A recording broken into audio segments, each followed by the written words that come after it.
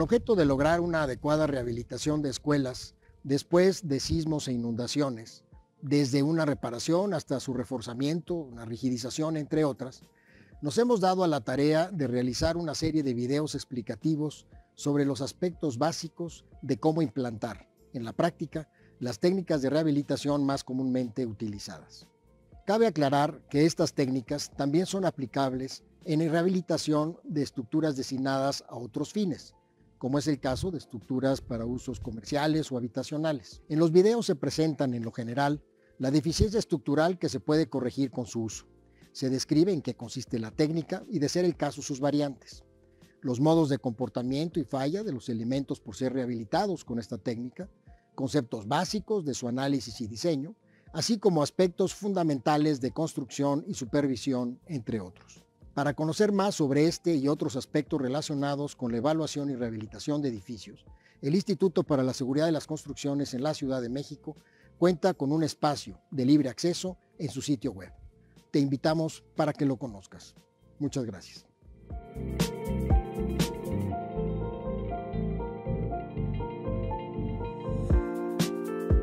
El encamisado de muros de mampostería consiste en el aumento de la sección transversal de un muro estructural de mampostería mediante la colocación de mallas de alambre soldado, bandas de acero o capas de materiales poliméricos cubiertos con varios centímetros de mortero de cemento, morteros reforzados con fibras o concreto, colocados a mano o mediante lanzado neumático. El encamisado puede ser completo si rodea a todo el muro, o parcial si solo cubre una cara.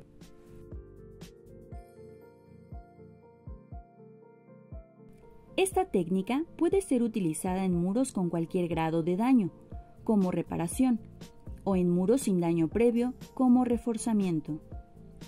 Los edificios que pueden ser rehabilitados para mejorar su desempeño sísmico mediante esta técnica son: edificios de marcos resistentes a momento, de concreto o de acero, con muros diafragma, con o sin daño, cuya falla puede afectar el desempeño sísmico de todo el edificio. Edificios a base de muros de carga de mampostería, ya sean de mampostería simple, confinada o reforzada interiormente, con o sin daño. Se sugiere emplear esta técnica cuando se busque incrementar la resistencia a fuerza cortante, aumentar la capacidad de deformación inelástica, aumentar la rigidez lateral, incrementar la capacidad de flexocompresión del muro cuando se añaden castillos en los extremos, para anclar la malla de alambre soldado.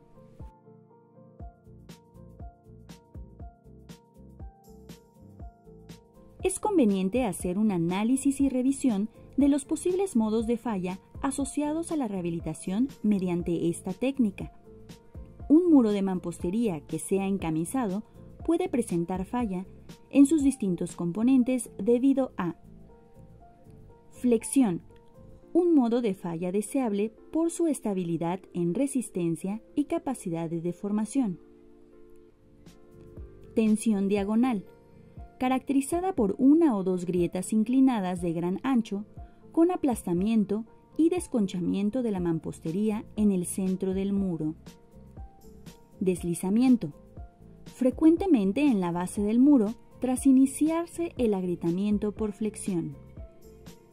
Aplastamiento en las esquinas, asociado generalmente a muros diafragma. Este modo de falla, a pesar de su apariencia, permite una capacidad moderada de deformación inelástica, especialmente si las piezas son macizas.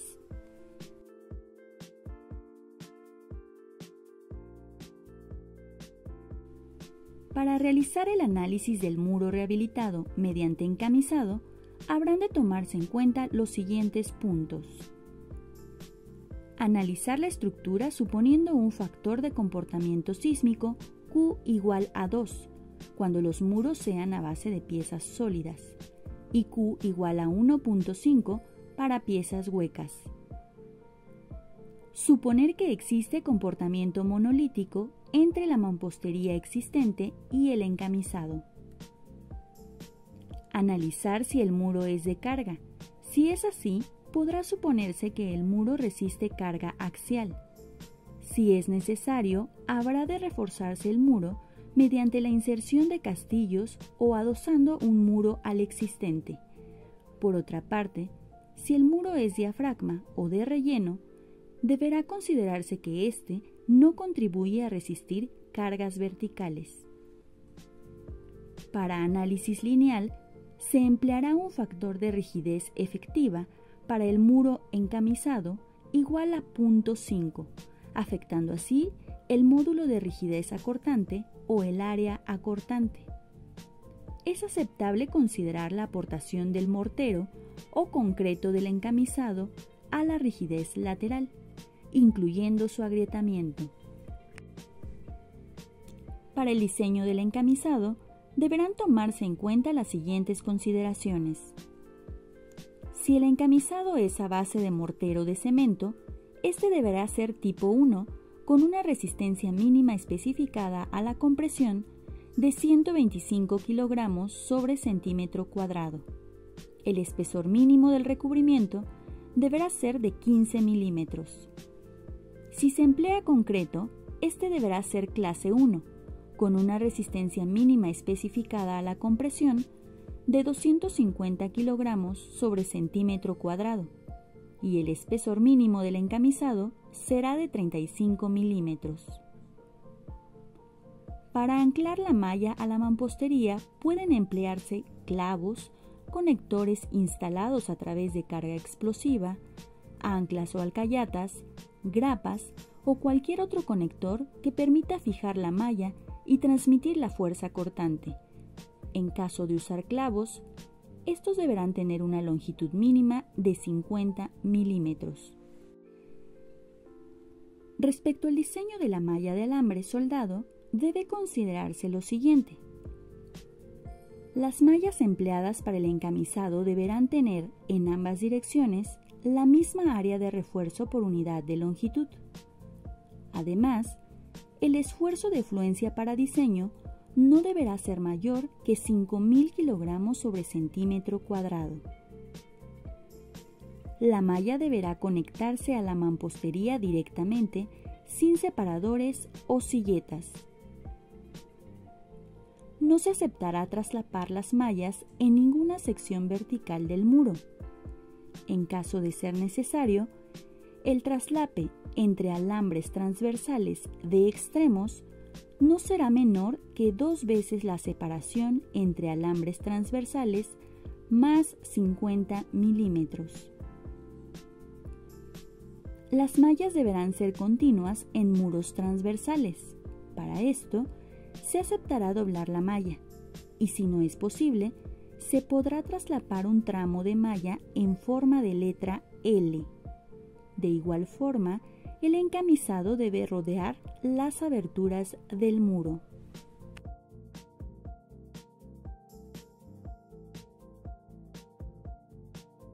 Para llevar a cabo la construcción, inicialmente, es necesario tratar la superficie del muro. Para esto, deberán retirarse los acabados y revestimientos, y la superficie deberá prepararse mediante un martelinado suave, con el fin de lograr una rugosidad de 3 milímetros sobre la mampostería, así como una rugosidad de 6 milímetros en la superficie de los castillos y dalas.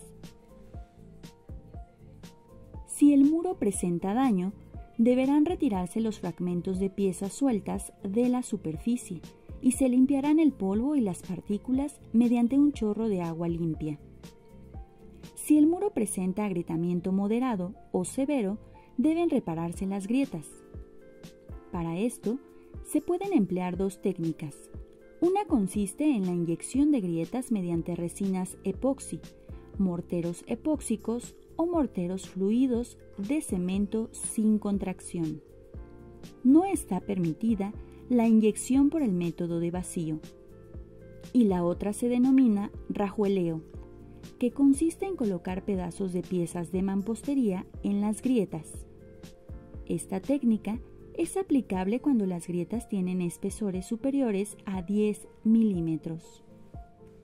Si la estructura es de mampostería simple o bien de mampostería mal confinada, se sugiere añadir nuevos castillos y/o dalas al sistema estructural.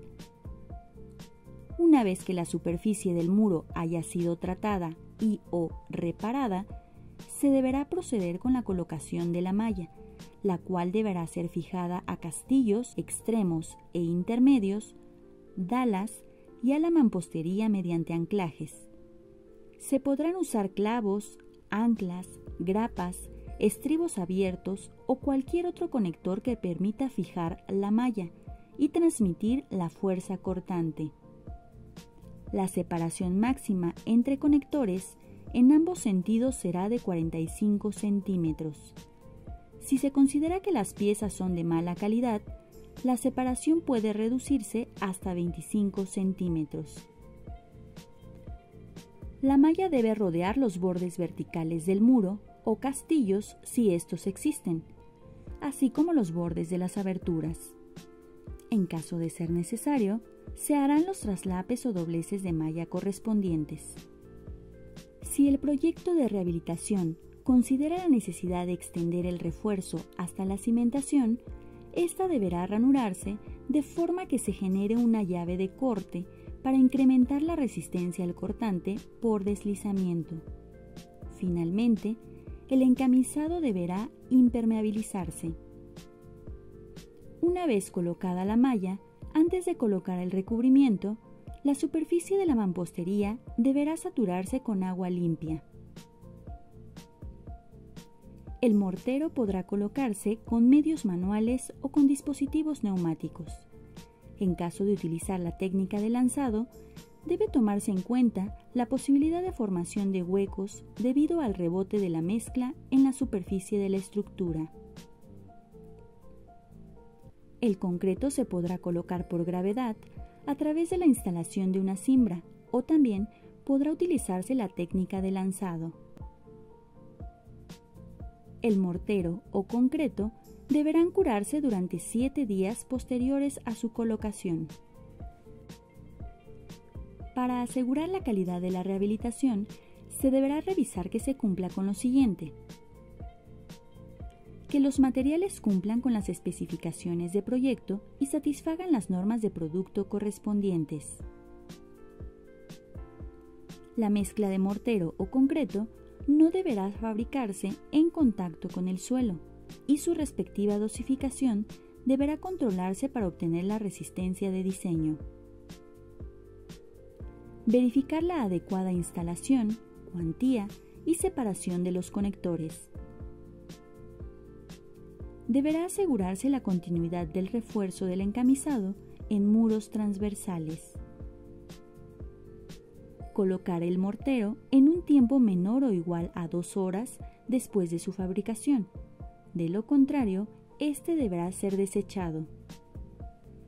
Para conocer más sobre esta y otras técnicas de rehabilitación, se recomienda consultar el documento Rehabilitación sísmica de la infraestructura física educativa de México, Guía Técnica.